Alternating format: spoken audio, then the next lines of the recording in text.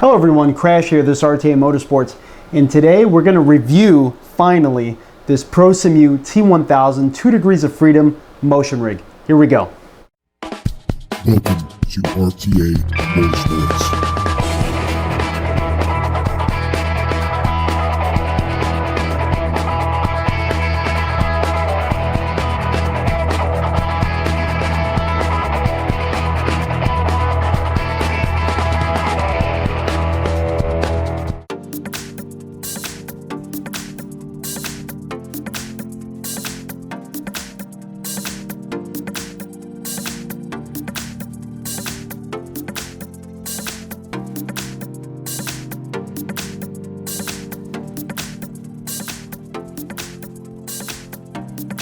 The space requirements for the T1000 motion rig is the length is 1.02 meters or 46 inches.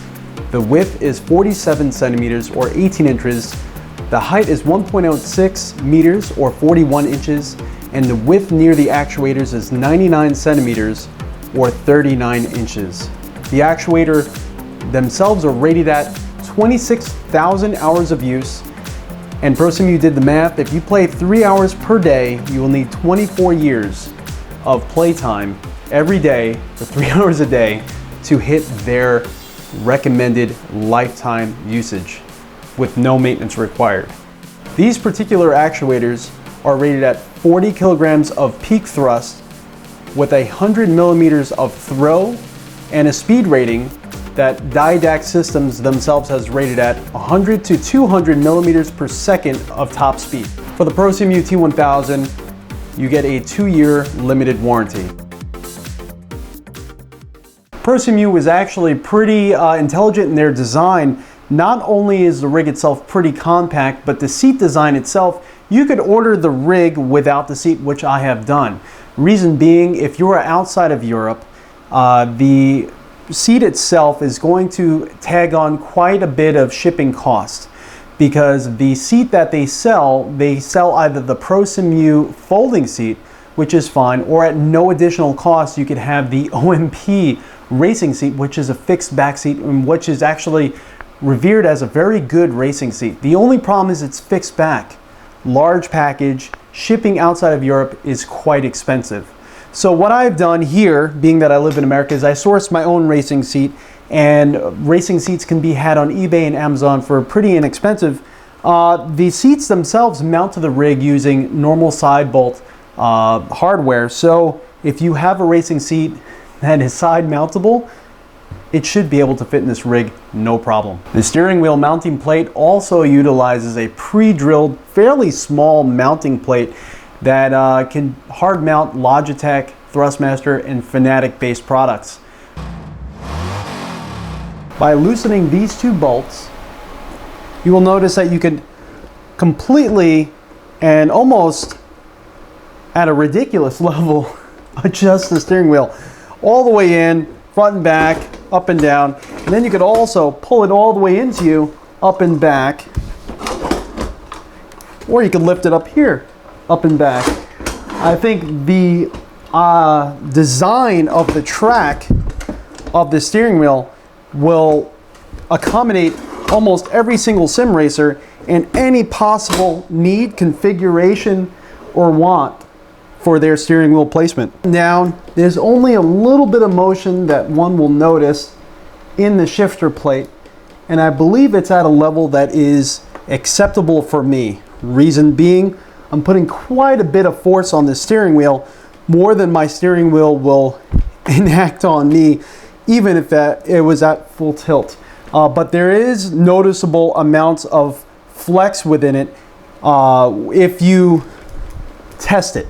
When you're driving, you don't feel any flex whatsoever. You can see the handbrake there doesn't cause hardly any movement whatsoever, or the TH8A shifting at all doesn't really cause much motion, but there is some motion in there when you enact some force on the steering wheel.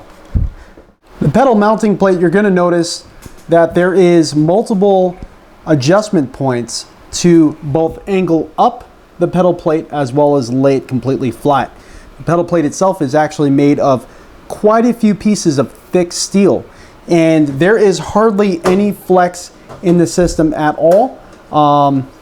There's a clicking noise that's coming from my pedal set itself from the brake mod that I'm using, but when I completely bear down on it, I am not noticing that there's really any flex in the system. If you're using heavy load cell brakes, I could imagine that there would be some flex within the system, but not much that would be out of the acceptable range.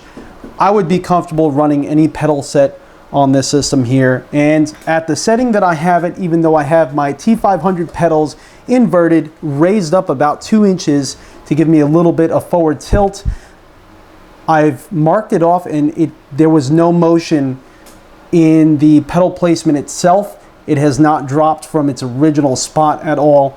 It actually held these pedals, which are not necessarily light, and me braking without sliding down at all.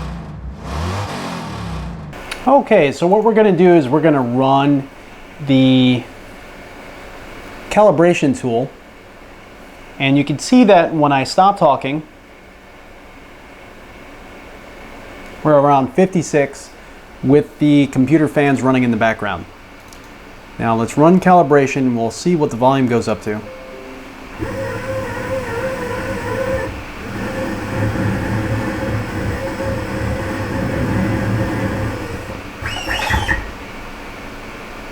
So you can see that really not much less, but it is still quite a bit less than my voice actually talking. And I'm not talking into the phone, I'm about 2 feet away from the phone.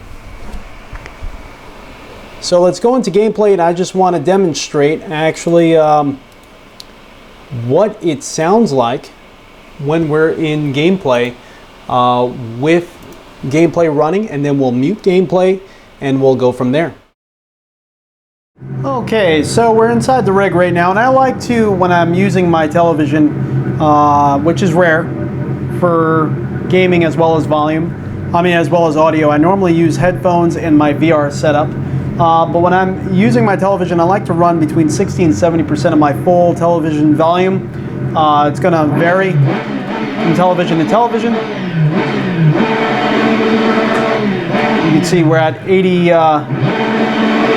decibels there on the phone, which is about 3 feet away from the rig.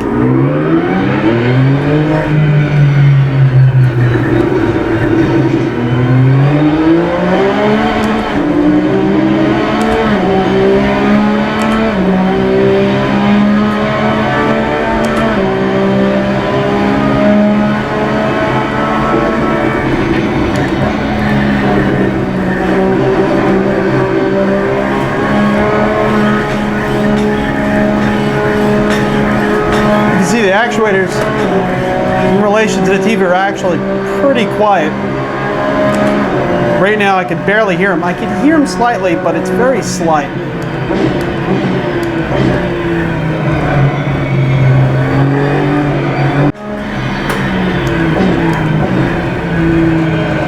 Now with headphones on, you can't hear them at all.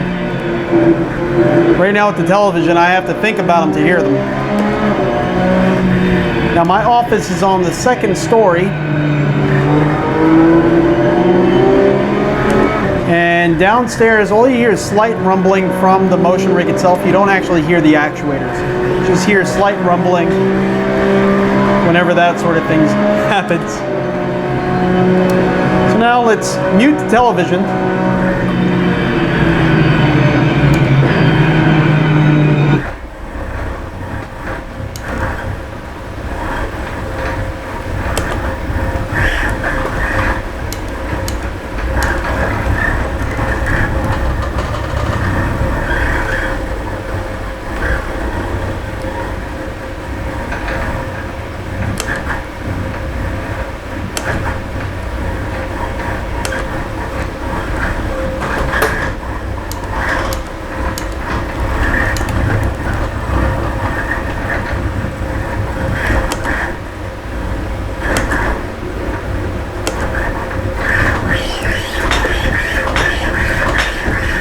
You're going to hear the seatbelt kind of clanging against the seat because I don't have the seatbelt on, but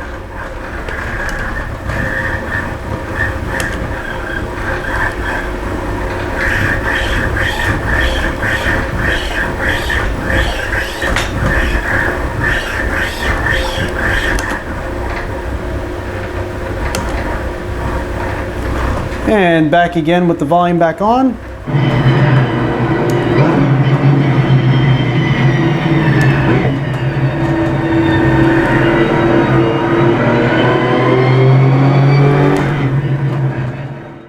So how do I feel about the T1000 2 Degrees of Freedom? Well, in short, I absolutely love this rig.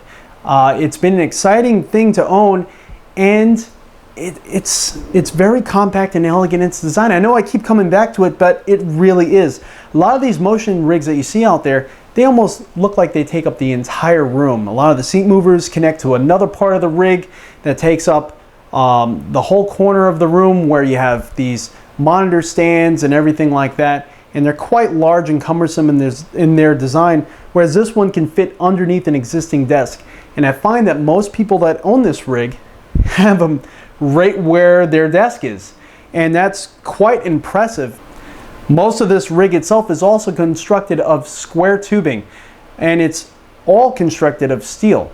I find that in this rig itself, I don't experience any sort of flex in my seat bottom at all. Lastly, even though it is quite compact and small, it can accommodate a large grouping of different sized people. Some of my friends that are 5'5", all the way up to 6'3", have used this rig here without any sort of problems whatsoever.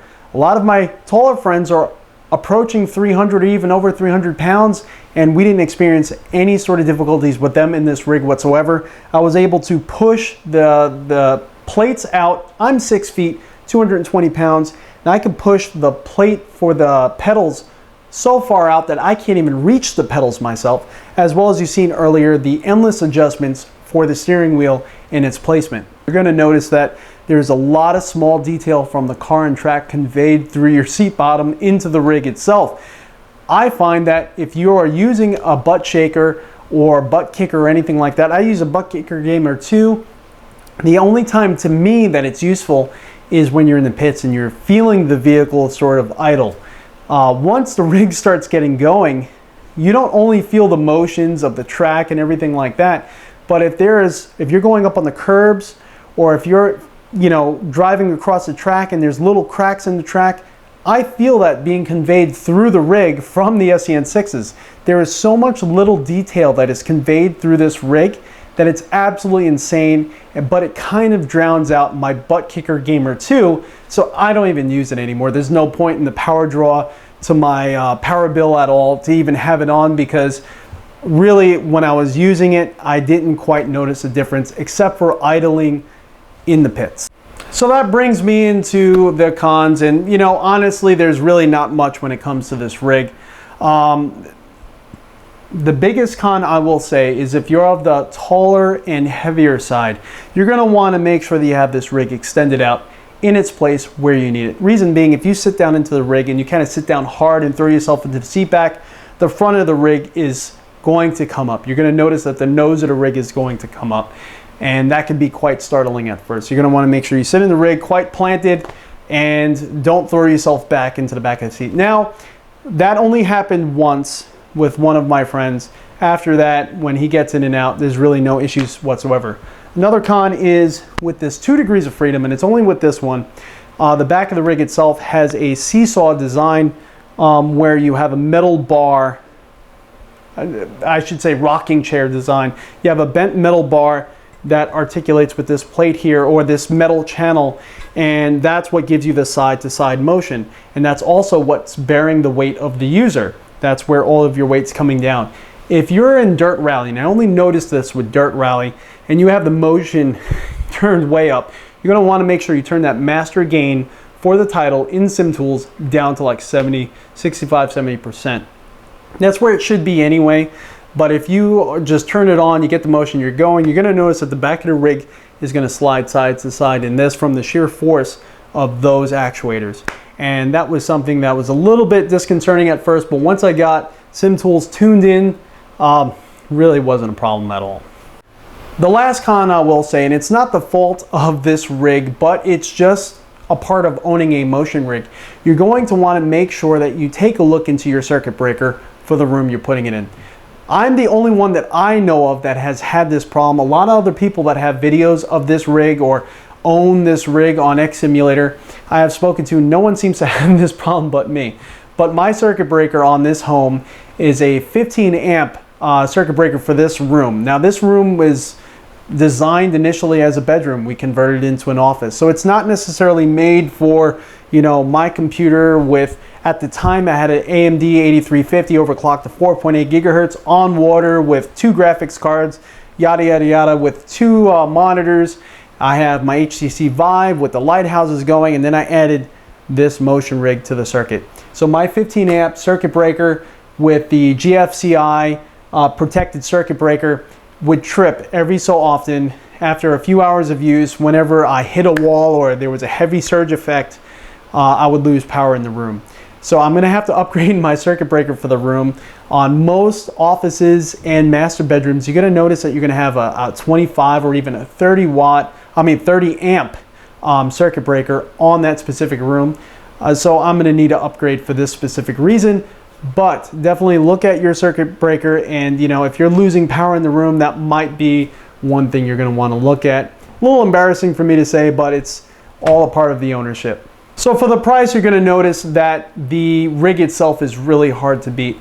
At 1,990 euros or $2,135 around about US dollars at this point in time, it's almost hard to justify building your own rig unless you just want the satisfaction of building your own rig. Like I said, the actuators themselves, they're SEN6 designs. When I went to actually purchase these actuators for my own DIY rig, they were over $735 for these specific ones each. That's absolutely insanity. So when you look at that, without the cost of shipping, without the electronics that are already built, without the controllers already built, without the power supply, without the seat, without the steel, without the welder I would need to purchase, it doesn't make sense for me to build my own rig the way I would want to when I could just buy this one already done with all the engineering and all the time put into it. So if you're looking for a motion rig for your own personal use, I highly recommend that this one here is towards the top of your shopping list. I am not biased to this rig at all, and I will say that if you are going to shop for this rig here, definitely look at my other videos for considerations of things that may have come up.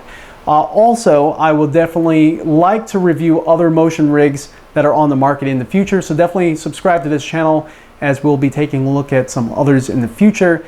But at the moment, I will say, just from sheer knowledge of some of the motion rigs that are out there, this one here is towards the top and my clear winner at this point for price per performance, size, and design. So I'm Crash, so this is RTA Motorsports. Definitely hit that like button and subscribe.